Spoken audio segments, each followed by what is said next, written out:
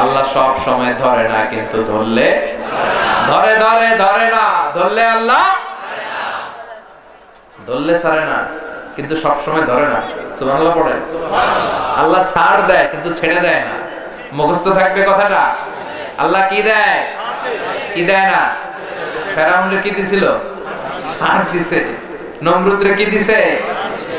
এখনো দেখা যায় আল্লাহ অনেকরে কি দেয়, কিন্তু সে আল্লাহ তাদেরকে ছেড়ে দেয় আর নয়। চিল্লায় বলেন ঠিক কি না? আল্লাহ ডেকে বললেন, গোলাম এই কার্পেটের মতো জমিন বানালাম, বিমান দিয়ে তাকালে দেখবা কি সুন্দর কার্পেট। আমিনতুম মান ফিস সামাই আন ইয়াখসিফা বিকুমুল আরদা ফাইযা হিয়া তামুর। এই কার্পেটের নিচে এমন আগুন আমি রেখে দিয়েছি, জমিনটা যদি কেঁপে ওঠে আগুন বের করে দিবে কে? তোমরা কি মনে করছো তোমরা বেঁচে যাবা? ইয়াখসিফা বিকুমুল আরদ, খাসাফ মানে ল্যান্ডস্লাইড, ভূধস। খাসাফ মানে কি? ভূমিধস। কারণ কি এই শাস্তি দিয়ে মারছে। এখানে বলছে ইয়াখসিফা, ওখানে বলছে ফাখাসাফনা বিহি ওয়া বিদারিহিল আরদ। ল্যান্ডস্লাইড, ভূমিধস দিয়ে সব শেষ করে দিতে পারে কে? ভূমিকম্প দিয়ে শেষ করে দিতে পারে কে? এই মাটির ভিতরে আগুন আছে না নাই? ওয়াল বাহরিল মাসজুর, আল্লাহ বলে ফুটন্ত টকবকে সাগরের কসম আমি খাই। সাগরের ফুটন্ত পানির কসম খাই। আপনারা সাগরের মধ্যে কখনো ফুটন্ত গরম পানি দেখছেন? কথা কন। সাগরের পানি কি ঠান্ডা না গরম? চিল্লায় বলতে হবে, সাগরের পানি ঠান্ডা না গরম? ঠান্ডা। কিন্তু আল্লাহ বললেন ওয়াল বাহরিল মাসজুর, টকবকে ফুটন্ত সাগরের পানির কসম। তার মানে সাগরের নিচে আগুন আছে। আমেরিকার নেভাল একাডেমির চিফ ইঞ্জিনিয়ার উনি গবেষণা শুরু করলেন, সাগরে আবার আগুন আসে কোথা থেকে। উনি সাগরের ভেতরে পাইপ ঢুকাতে লাগলেন। ঢুকাতে ঢুকাতে উনি সাগরের তলা পেলেন, তলার পরে মাটি পেলেন, তারপরে পেলেন পাললিক শিলার স্তর, তারপরে রূপান্তরিত শিলার স্তর, তারপরে মার্বেল পাথরের শিলার স্তর, তারপরে আগ্নেয়গিরির শিলার স্তর। এরপরে যখন পাইপ ঢুকায়, পাইপ আর খুঁজে পাওয়া যায় না। এত গরম, এত আগ্নেয়গিরির লাভার আগুন, গলে গলে পাইপগুলো পানি হয়ে যায়। সুবহানাল্লাহ কইবেন না? চিফ ইঞ্জিনিয়ার খাইছে খাইছে, এটা তো সাধারণ আগুন না, এটা তো ভয়ঙ্কর আগুন। দেখি তো এই আগুনের টেম্পারেচার কি পরিমাণে আছে। সে বলল I need fire proof pipe, just bring from America. America থেকে বিশাল রণতরীতে করে, জাহাজে করে ফায়ার প্রুফ পাইপ নিয়ে আস। ফায়ার প্রুফ বুঝেন? মানে যেই পাইপে আগুন আগুন ধরে না, আগুনে রাখবেন কিন্তু গলবে না। ফায়ার প্রুফের পাইপ আনা হলো। আবার ঢুকাতে লাগলেন। সাগরের তলে মাটি পেলেন, মাটির পরে পাললিক শিলার স্তর, রূপান্তরিত শিলার স্তর, মার্বেল পাথরের শিলার স্তর, তারপরে আগ্নেয়গিরির শিলার স্তরের পরে যখন ফায়ার প্রুফের পাইপ ঢুকাতে লাগলেন, তিনি দেখলেন ফায়ার প্রুফের পাইপেও কাজ হয় না। ফায়ার প্রুফের পাইপগুলো গলে গলে ধোঁয়া আর পানি হয়ে যায়। সুবহানাল্লাহ কইবেন না? তার মানে এই বিশাল টেম্পারেচারের আগুন জমিনের ভেতরে মজুদ রেখে দিয়েছে কে? আল্লাহ বলতে চান আল বাহরু জুনদুম মিন জুনুদিল্লাহ, আর রিহ বাতাস জুনদুম মিন জুনুদিল্লাহ, আল্লাহর সৈনিক। আগুন জুনদুম মিন জুনুদিল্লাহ, আল্লাহর সোলজার। পানি আল্লাহর সোলজার। মুহূর্তের মধ্যে একটা ঝাপটা যদি কক্সবাজারের 50 ফিটের ঝাপটা বাংলাদেশে আসে, জাস্ট শট ডাউন, এক ঝাড়ু মেরে 150 কোটি মানুষ সাগরের ভিতরে ভরে ফেলতে পারে কে? আল্লাহ। বাতাসের গতিটা বাড়িয়ে যদি 70 কিলোমিটার বেগে ছাড়ে, 150 কিলোমিটার বেগে ছাড়লে ফেনী খুঁজে পাওয়া যাবে নাকি? ফেনী মুহূর্তের মধ্যে হয়ে যাবে হেনি। কথা কন। আর বাড়ি ফেনী, আর সাই রেনি রেনি, আছে না নাই? শেষ। একটা বাতাসের ধাক্কা আসলে শেষ। একটা ভূমিকম্প, আপনারা 2004 সালে একটা ভূমিকম্প হয়েছে না? কি নাম ছিল? সুনামি। ইন্দোনেশিয়ার বান্দা আচেহতে 3 লক্ষ শেষ, তামিলনাড়ুতে 1.5 লাখ শেষ, শ্রীলঙ্কায় 50,000 নাই। খালি একটা ধাক্কা মুহূর্তের মধ্যে মানুষগুলোর সাগরের অতল গহ্বরে ঢুকায় দিল কে? আল্লাহ। সে আল্লাহ বললেন ভেবেছিস কার্পেট করে দিছে, এই কার্পেটের ভিতরে আগুন আছে না নাই? আবার আল্লাহ বললেন আমিনতুম মান ফিস সামাই আন ইউরসিলা আলাইকুম হাসিবা ফাসাতা'লামুনা কাইফা নাযীর। হাসিবা, নিচে আমি আগুন রেখেছি, উপরে রেখেছি ঝঞ্ঝা বিক্ষুব্ধ মেঘ। এই মেঘের মধ্য দিয়ে শিলাবৃষ্টি দেওয়ার ক্ষমতা আল্লাহর আছে না নাই? হাসিবা মানে হচ্ছে পাথর বৃষ্টি। অনেক জাতিকে আল্লাহ তাআলা তাদের পাপ অন্যায়ের কারণে পাথর বৃষ্টি দিয়ে শেষ করে দিয়েছে, আছে না? আপনারা কওমে লুতের নাম শুনেছেন? হোমোসেক্সুয়ালিটি, সমকামিতার কারণে যে আমেরিকার কয়েকটা স্টেটে তারা এই হোমোসেক্সুয়ালিটিকে লিগ্যালাইজ করেছে। বাংলাদেশও রেইনবো রংধনুর এক সংগঠন আছে, এরা হোমোসেক্সুয়ালিটিকে সরকারিভাবে অনুমোদনের দাবি জানাচ্ছে। এদের সাথে বাংলার জনগণের কোনো সম্পর্ক নাই, চিল্লায় বলো ঠিক কিনা? এরা সমকামিতা ঢুকাতে চায়। একটা পশু আর একটা পুরুষ পশুর দিকে যায় না, একটা পুরুষ কুকুর আর একটা পুরুষ কুকুরের দিকে যায় না। তারা মানুষের মধ্যে অশ্লীলতা, অসভ্যতা ছড়াতে চায়। কওমে লূতের এই বদখাসলতের কারণে আল্লাহ তাআলা ফাআখাযাতহুমুস সাইহা, সাইয়েদনা জিবরাইল এসে একটা চিৎকার দিলেন। মুহূর্তের মধ্যে ওই চিৎকারের আওয়াজে কওমে লূতের গাদ্দারগুলোর কানের পর্দা ফেটে সব লাশ হয়ে জমিনে পড়ে রইল। ফাজাআলনা আলিয়াহা সাফিলাহা, আল্লাহ বলেন জিবরাইল পুরো জায়গাটার জর্ডান এলাকার মাটিটারে হাতের মধ্যে তুলে উপর করে উল্টে দাও, উপরের মাটি নিচে, নিচের মাটি উপরের ভিতরে করে দিল কে? এরপর আল্লাহ বললেন ফামতারনা আলাইহিম হিজারাতাম মিন সিজ্জিল, আকাশ থেকে পাথরের বৃষ্টি ঢাললাম। যে আল্লাহ জর্ডানে পাথরের বৃষ্টি মারতে পারে, ওই আল্লাহ ঢাকাতে মারতে পারে কি পারে না? ফেনীতে মারতে পারে কি পারে না? চট্টগ্রামে নাকি ওই আল্লাহর ক্ষমতা আজ ওই রকম নাই? কথা বলেন। শিলা বৃষ্টি দিতে পারে, শিলা বৃষ্টি তো ফেনীতে হয় না, না দেখছেন? হ্যাঁ, ছাগলের উপরে পড়লে ছাগলও মরে যায়, এত বড় বড় শিলা পড়ে। টিনের চাল ভেঙেছে, আমি দেখেছি। বিল্ডিং ভেঙেছে, গাছ ভেঙে শেষ, ক্ষেত খামার ফসল সব শেষ শুধু শিলা বৃষ্টিতে।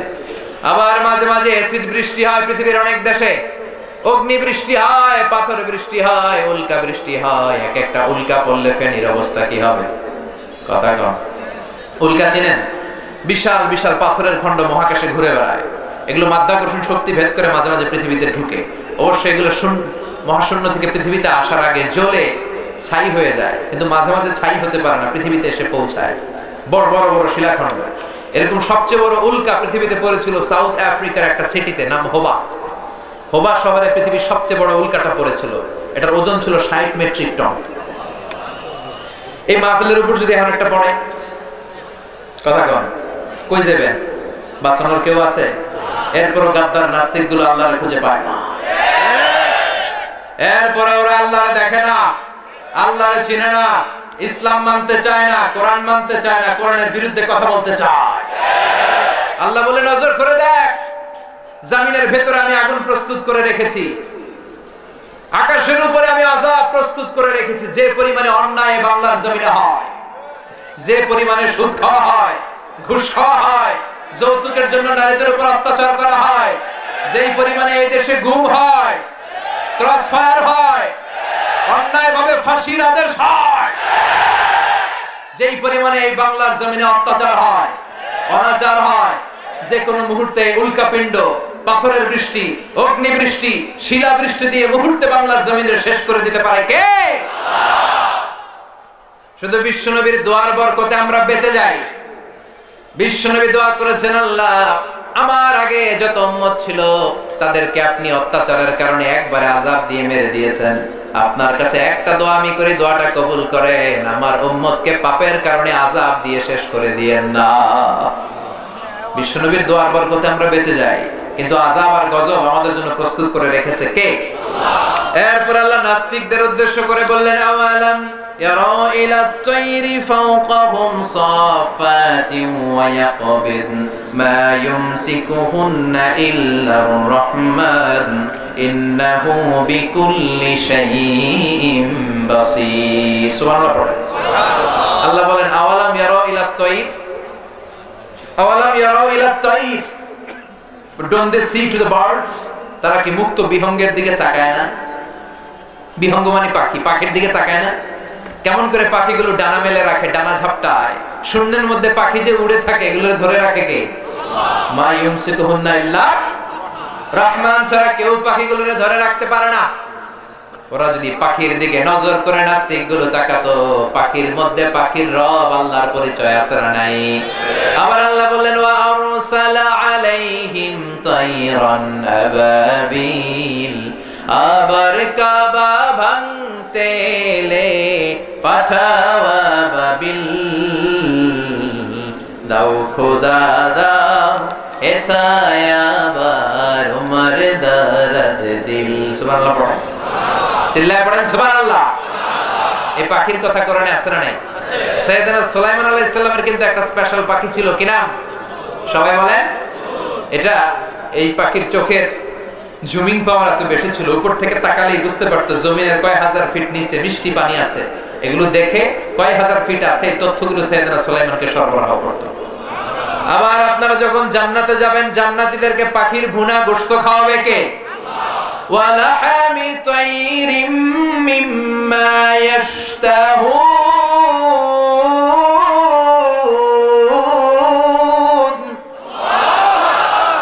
আমি জান্নাতে জান্নাতবাসীদের জন্য পাখির ভুনা গোশত রেডি রেখেছি। সুবহানাল্লাহ। পাখির ভুনা গোশত খাবেন নি? ভুনা গোশতের কথা শুনে অনেকের জিহ্বায় পানি চলে আসছে।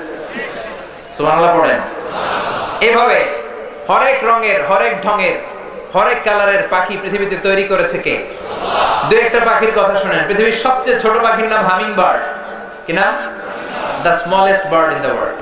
আজকে গুগলে, ইউটিউব যারা চালান, just write down humming bird, the smallest bird ever in the world.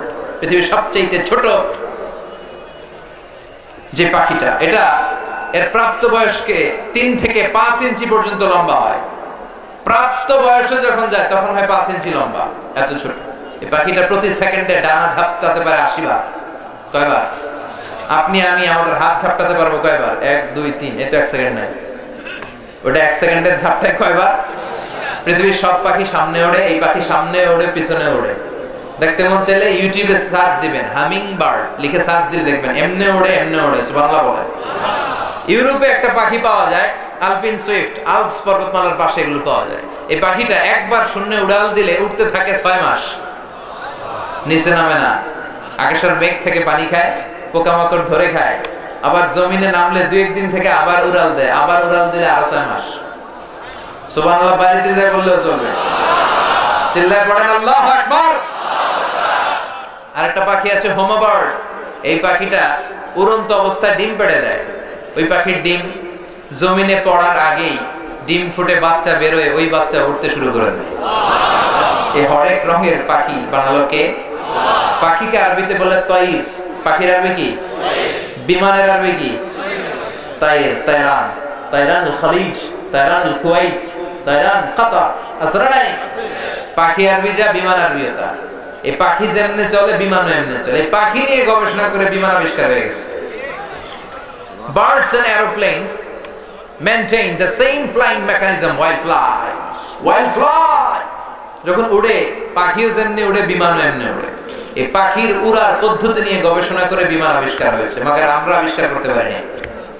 আবিষ্কার করেছে 2 আমেরিকান, ইহুদি খ্রিস্টানরা আবিষ্কার করছে। আমাদের তো এই এত সময় নাই, আমরা ফতোয়া দিতে দিতেই তো ব্যস্ত। কথা বলেন। তুই 20 কারণে কাফের, তুই 40 কারণে কাফের, তোর নানা কাফের, তোর নানা মারা গেলে যেই কবরে শোয়ানো হবে, ওই কবরের মাটির উপরে যে ঘাস উঠবে, ওই ঘাস যে গরু খাবে, আর ওই গরুর দুধ যে খাবে, ও কাফের। কথা বলেন। এরকম ফতোয়া যে আমাদের আছে না নাই? তা আমরা একে অপরের সাথে কিলাকিলিতে ব্যস্ত। আমরা বিমান বানাবো কবে? মদ আর নারী নিয়ে, জুয়াবাজি নিয়ে, নিষিদ্ধ পল্লী পতিতালয়ে যাওয়া নিয়ে আমাদের মুসলমান সমাজ ব্যস্ত। চিল্লায় বলো ঠিক কিনা? অনেক মন্ত্রীর হোটেলের ভেতরেও পতিতালয় আছে না নাই? কথা বলেন। তা আমাদের সময় হবে কিভাবে? Wilbur Wright Orville right 1903 সাল আবিষ্কার করে ফেললো বিমান। তারা এই আয়াত নিয়ে গবেষণা করলো। আওয়ালাম ইয়ারাউ ইলা তাইর, আল্লাহ বললেন ওরা কি পাখির মধ্যে যেমন নিদর্শন রেখেছে ওরা দেখে না?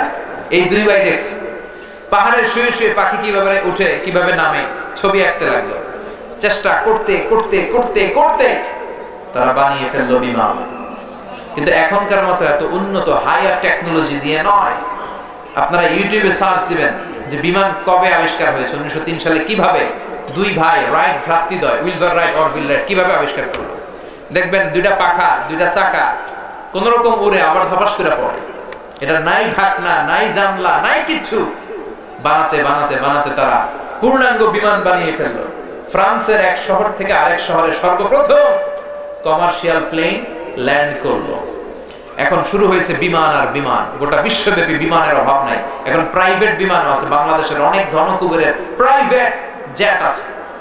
Prince Walid bin Talal Saudi ধনকুবের, ওর একটা প্রাইভেট জেট আছে, বিমান আছে, নিজের বিমান, যে বিমানটার 70% মেড অফ গোল্ড, যে বিমানের 70% স্বর্ণ দিয়ে বাঁধানো। এই পৃথিবীর সবচেয়ে দ্রুতগামী বিমান ছিল কনকর্ড, ওইটারে পিছে ফেলায় এখন বানাইছে একটা বোম সুপারসনিক, কিনা বোম আফ্রিদি না, বোম সুপারসনিক।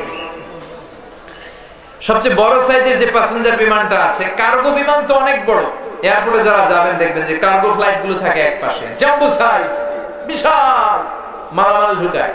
আর প্যাসেঞ্জার বিমানের মধ্যে সবচেয়ে বড় বিমানটা হচ্ছে এয়ার বোয়িং A380, এটা অনেক এয়ারলাইন্সের আছে, এমিরেটস এর আছে, এটা কোরিয়ার আছে, এটা ব্রিটিশ এয়ারওয়েজের আছে, এটা 525 জন যাত্রী নিয়ে ফ্লাই করে। কয়জন? কথা কম।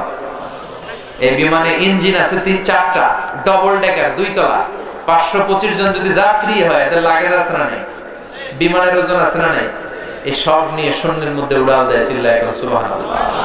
আগে এই দেশের লোকেরা জাহাজে করে হজে যেত, আমার দাদা, তার দাদা, এই যে এই লোকগুলো, তারা জাহাজে করে হজে যেত। বিমান আবিষ্কারের পরে এখন বিমানে করে চলে যায়, সুবহানাল্লাহ কইবেন না? বিমান আবিষ্কারের আগ পর্যন্ত পৃথিবীর সব দেশের ছিল সেনাবাহিনী আর ছিল নৌবাহিনী। যখনই বিমান আবিষ্কার হলো, এবার শুরু হলো বিমান বাহিনীর খেলা। কথা কয়? ড্রোন হামলা, মিসাইল হামলা, ব্যালিস্টিক হামলা, একটার পর একটা, রকেটও শুরু হয়েছে এখন, আছে না নাই? এরপরে শুরু হলো স্যাটেলাইট, আমগো একটা আছে, we are launching, already launched A satellite, Bangabandhu satellite, আছে না নাই? বঙ্গবন্ধু উড়াইছি আমরা একটা আকাশে, নিজেদের স্যাটেলাইট চ্যানেল। তো এই যে বিমান আবিষ্কারের পরে সবগুলোর সহজ করে দিল কে? এরপরে আল্লাহ আমাদের চোখের সামনে একটা প্রশ্ন রেখে সূরাটা শেষ করলেন। আল্লাহ বললেন, কুল আরাআইতুম ইন আসবাহা মাউকুম গাওরান ফামান ইয়াতিকুম বিমাইম মাঈন। বলো দেখি সবে, শুকাইয়া যদি যায় এই পৃথিবীর পানি, তাহলে হেথায় তটনির ধারা কে দিবে সবারে আনি। সুবহানাল্লাহ। আল্লাহ put a question to the audience. Allah just asked a question. আল্লাহ একটা প্রশ্ন দিয়ে সূরাটা শেষ করলেন, যে আমি যদি পৃথিবীর সব পানিগুলোর উধাও করে দেই, জমিনের অচল গহ্বরে নিয়ে যাই, তোদেরকে পানি দিবে কে? পানি সম্পদ মন্ত্রী, মাননীয় প্রধানমন্ত্রী, কে দিবে? সকালে ঘুম থেকে উঠে দেখলেন টিউবওয়েলে 1 ফোঁটা পানি নেই, ট্যাপ ঘোরালেন, কোনো পানি নেই, বাজারে গেলেন পানি কিনতে, ওদিকেও পানি নেই, 1 ফোঁটা পানি বানাতে পারবেন? কথা বলেন। 2টা গ্যাস মিলালে পানি হয় H2O, কিনা? এই H2O নিয়ে এই দেশে কত কাণ্ড, কথা কম। এই H2O, হাইড্রোজেনের 2টা মলিকিউল, অক্সিজেনের 1টা মলিকিউল মিলে এই পানি হয়। কিন্তু এই পানি কৃত্রিম ভাবে বানানো যায় না। আপনি যদি দেখেন ঘুম থেকে উঠে পানি নাই, খাবেন কিভাবে, মুখ ধোবেন কিভাবে, ব্রাশ করবেন কিভাবে, ওয়াশরুম সারবেন কিভাবে? আল্লাহ বলেন গোটা বিশ্বের সবাই মিলে 1 ফোঁটা পানি বানাতে পারবি না। ওই পানি দেওয়ার মালিক কে? আবার আল্লাহ বললেন, ওয়াজআলনা মিনাল মাই কুল্লা শাইইন হাই আফালা ইউমিনুন। এই পৃথিবীর সব প্রাণগুলোকে আমি রব্বুল আলামিন পানি থেকে বানিয়েছি, তারপরেও কি ওদের চোখ খুলবে না, তারপরেও কি ওরা ঈমান আনবে না? সব প্রাণগুলোরে পানি থেকে বানাইছে কে?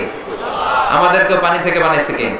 আমরা কিন্তু পানির তৈরি, 1 ফোঁটা নাপাক পানি থেকে আমাদের তৈরি করেছে কে? বিজ্ঞানীরাও একই কথা বলে। তারা গবেষণা করে পেয়েছে এই পৃথিবীর সর্বপ্রথম যে প্রাণের উৎস, সেটার নাম হচ্ছে অ্যামিবা। কি নাম? It's a very small unicellular organism in the world. পৃথিবীর সবচেয়ে ছোট এককোষী জীবের নাম অ্যামিবা। তারা বলে প্রথমে পানি থেকে অ্যামিবা এসেছে, তারপরে এসেছে জুপ্লাঙ্কটন, ফাইটোপ্লাঙ্কটন, ব্যাকটেরিওপ্লাঙ্কটন, একটার পর একটা স্পিসিস ডেভেলপ করেছে, সব এসেছে পানি থেকে। সুবহানাল্লাহ বলেন। আবার আল্লাহ বলেন, ফালইয়াযুরিল ইনসানু মিম্মা খুলিকা, খুলিকা মিম্মা দাফিক, يخرج من بين الصلب والترائب الترائب ও গোলাম তোদের সৃষ্টি প্রক্রিয়ার দিকে নজর করে তাকা পিতার পৃষ্ঠদেশ থেকে এক ফোঁটা নাপাক পানি তোর মায়ের জরায়ুতে ঢুকায় দিল কে নাপাক পানি থেকে আমরা তৈরি আবার দুনিয়ার সব খাবারের ভেতরে পানি আছে না নাই আল্লাহ বললেন আন্না সাবাবনাল মাআ সাব্বা যেখানে যতটুকু পানি দেয়া দরকার পানি দিল কে আল্লাহ ও মিয়া আমরা যে ফলমূল খাই এর ভিতরে পানি আছে না নাই ক্ষীরার ভিতরে পানি আছে না নাই কমলার ভিতরে আছে না নাই তরমুজের ভিতরে আছে না নাই ডাবের ভিতরে নারিকেলের ভিতরে কে ঢুকাইলো মিঠা নদীর পানি আল্লাহ তোমার মেহেরবানি পড়েন না সুন্দর ফুল মিঠা নদীর পানি আল্লাহ তোমার মেহেরবানি তুমি কতই দিলে রতন ভাই বেরাদর পুত্র স্বজন ক্ষুধা পেলে অন্ন যোগাও মানি চাই না মানি আল্লাহ তোমার মেহেরবানি এরপরও নাস্তিকদের চোখগুলো খোলে না এরপরও নাস্তিকরা দেখতে পায় না ঠিক কি না ওদের সামনে পর্দা নামিয়ে দিয়েছে কে আল্লাহ বলে সাগরের মাঝখানে যা তাকিয়ে দেখ দুই দিকে দুই রকম পানি কিন্তু এক সাগরে বয়ে বেড়ায় কিন্তু একটা পানি আরেকটার সাথে মিলে না এরকম আছে না নাই মারাজাল বাহরাইনি ইয়ালতাকিয়ানি বাইনাহুমা বারযাখুল লা ইয়াবগিয়ান ফাবিআইয়ি আলাই রাব্বিকুমা তুকাযযিবান দুই দিকে সাগর বয়ে যায় একটার পানি ঘোলা আর একটার পানি সাদা একসাথে মিলে যায় কিন্তু মাঝখান দিয়ে একটা ব্যারিকেড রেখেছে কে আল্লাহ একসাথে বয়ে যায় একই সাগর কিন্তু এইটা এক কালার ওইটা আরেক কালার এক পানি আরেক পানির সাথে মিলে না মাঝখানে যে অদৃশ্য বাধার ব্যারিকেড এটাকে তৈরি করেছে কে আল্লাহ দেখছেন আপনারা কেউ কই দেখছেন পদ্মা সেতু দেখছেন আসলে আছে একসাথে মিশে না এর কারণ এই জায়গার পানির ডেনসিটি হাই ঘনত্ব বেশি এটার ঘনত্ব কম এটার টেম্পারেচার হাই ওটার টেম্পারেচার কম মানে তাপমাত্রা আলাদা এটার লবণের পরিমাণ বেশি ওটা লবণ কম এজন্য একটা পানি আরেকটার সাথে মিশে আলাদা করে রাখলো কে আবার এই পানি দিয়ে মাঝে মাঝে আমাদেরকে পানিশমেন্ট দেয় কে পানির অপর নাম জীবন আবার বেশি পানি হইলে মরণ কথা কম নূহ আলাইহিস সালামের জামানায় মহাপ্লাবন দিয়ে গোটা বিশ্বটারে তলিয়ে দিল কে সেই আল্লাহ আজও আছে না নাই সেই আল্লাহর ক্ষমতা আগের মতো আছে না নাই সেই আল্লাহর ইবাদতের দরকার আছে না নাই এজন্য সূরাতুল মুলকের শিক্ষা হচ্ছে ক্ষমতার মালিক কেউ না আজ তোমার ক্ষমতা আছে কাল নাই ক্ষমতা হাতের ময়লা এজন্য ক্ষমতা তোমারে বাঁচাতে পারবে না তোমার দাপট তোমারে বাঁচাতে পারবে না তোমার অহংকার তোমার শক্তি তোমার সামর্থ্য তোমার হুঙ্কার তোমারে কিচ্ছু করতে পারবে না বাঁচাতে পারে একজন চিল্লায় বলেন তিনি কে আল্লাহ এজন্য সে আল্লাহ ডেকে বললেন গোলাম আমার দিকে আয় আমার কাছে চা আমার কাছে মনের আকুলতা ব্যাকুলতা তুলে ধর তোদের মনের সব জ্বালা মিটায় দেব আমি ঠিক কি না ইসলামের বিজয় হবে টুডে অর টুমরো কথা বলেন বিশ্বনবী বলেন আল্লাহ তাআলা গোটা বিশ্বটারে আমার একটা ফুটবলের মতো বানিয়ে আমার চোখের সামনে তুলে ধরেছে ফারাইতু মাশারিকাহা ওয়া মাগারিবাহা আমি পৃথিবীর প্রাচ্য পাশ্চাত্য সবটা দেখেছি আর আল্লাহ ওয়াদা দিয়েছে নবী যতটুকু আমি আপনারা দেখিয়েছি ইসলামের বাণী আমি ততটুকু জায়গায় পৌঁছে দেব সুবহানাল্লাহ এজন্য ইসলামের বিজয়কে ঠেকিয়ে রাখা যাবে না দরকার হচ্ছে একটু ধৈর্যের একটু আল্লাহর উপর তাওয়াক্কুলের জমিনে যারা রক্ত ঝরায় তারা জমিনের মালিকানা বেশি দিন হাতে রাখতে পারে না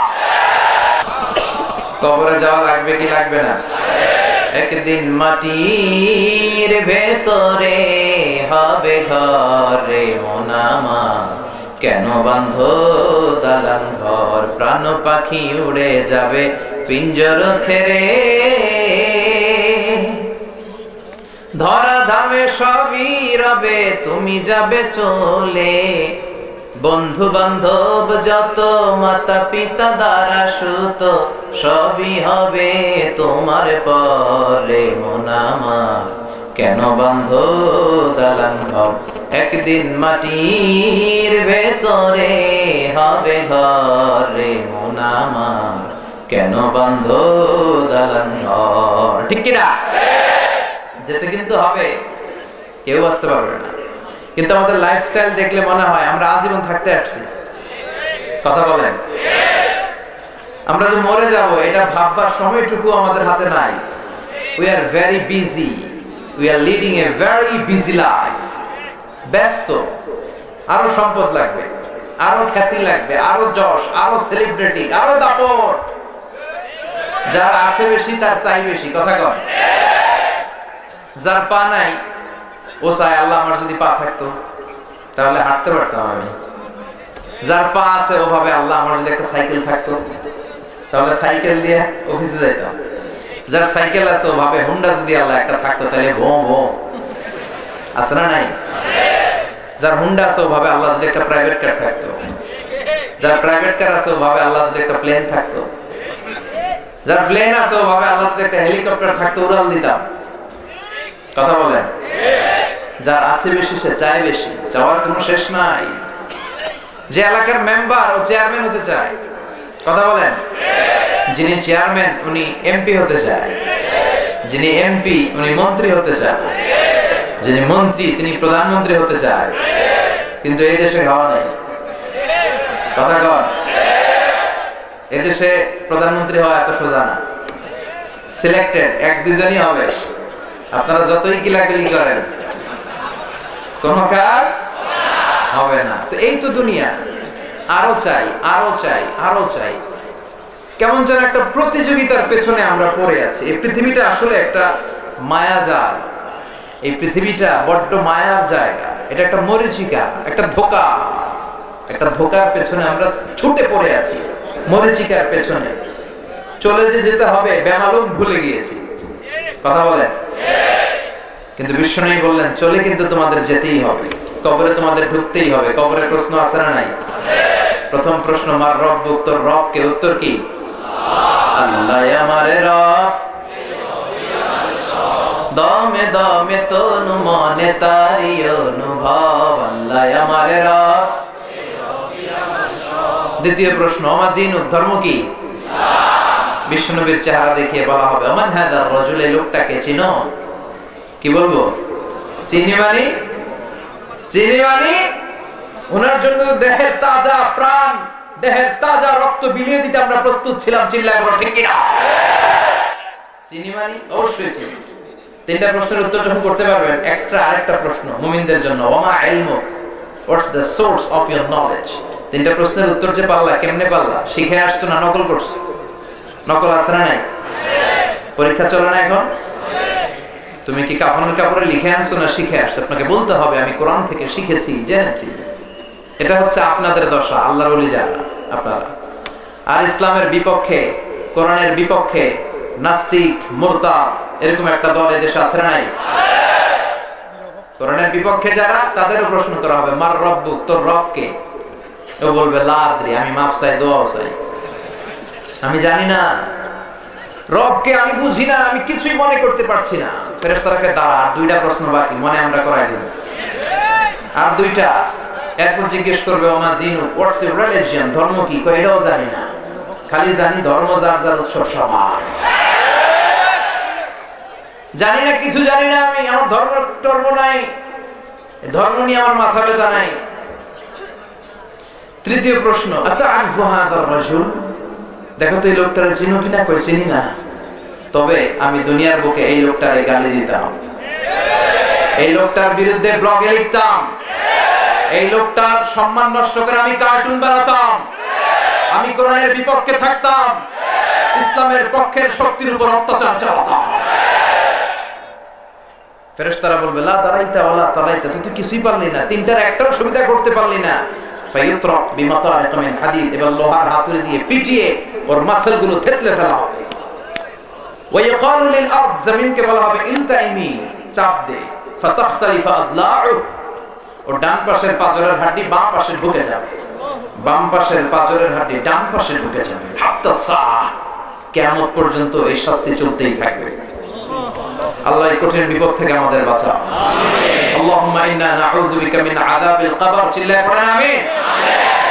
আর যারা আপনারা তিনটা প্রশ্নের উত্তর করতে পারবেন, ফেরেশতারা বলবে আহলান সাহলান মারহাবান বিক, খোশামদেদ, তুমি তো বাপের বেটা, তিনটা প্রশ্নের উত্তর করতে পেরেছো। ফায়ুফসাহু লাহু কবরুহু 70 দিরান, আপনার কবরটারে 70 হাত লম্বা করে দেয়া হবে। ওয়াইফতাহু লাহু বাবুন ইলাল জান্নাহ, জান্নাতের দিকে কবরের সাথে অ্যাটাচ করে একটা দরজা খুলে দেয়া হবে। ওয়াইলবাসু মিন লিবাসি আহলিল জান্নাহ, জান্নাতীদের রেশমের পোশাক পরিয়ে দেয়া হবে। আর বলা হবে নাম কানাউমিল আরুস, বছর রাতে বর যেমনি কনেকে নিয়ে শান্তির ঘুম দেয়, তুমিও ঘুম দাও। ইসরাফিলের সিঙ্গার ফুৎকারের আগে তোমার ঘুম কেউ ভাঙাতে পারবে না। আল্লাহ এই চারটা প্রশ্নের উত্তর করে শান্তির ঘুম যেন আমরা দিতে পারি, আল্লাহ তুমি তৌফিক দাও। চিল্লায় পড়েন আমিন। ওই কবরের আযাব আমরা বিশ্বাস করি না? যারা করি তাদের সূরাতুল মুলক তেলাওয়াতের দরকার আছে না? নাই?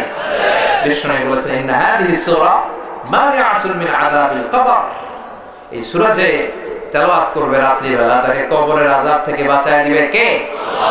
আল্লাহ। আবার বিশ্বনবী বললেন শাফাআত লি সাহিবিহা, এই সূরা যে তেলাওয়াত করবে এই সূরা কিয়ামতের দিন আল্লাহর কাছে দাঁড়িয়ে তেলাওয়াতকারীর পক্ষে সুপারিশ করবে।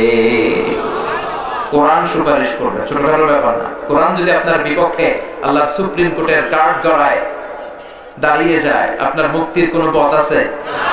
আর কোরআন যদি আপনার পক্ষে সুপারিশ করে, আপনার জান্নাতে ঢোকার জাহান্নামে যাওয়ার কোনো পথ আছে?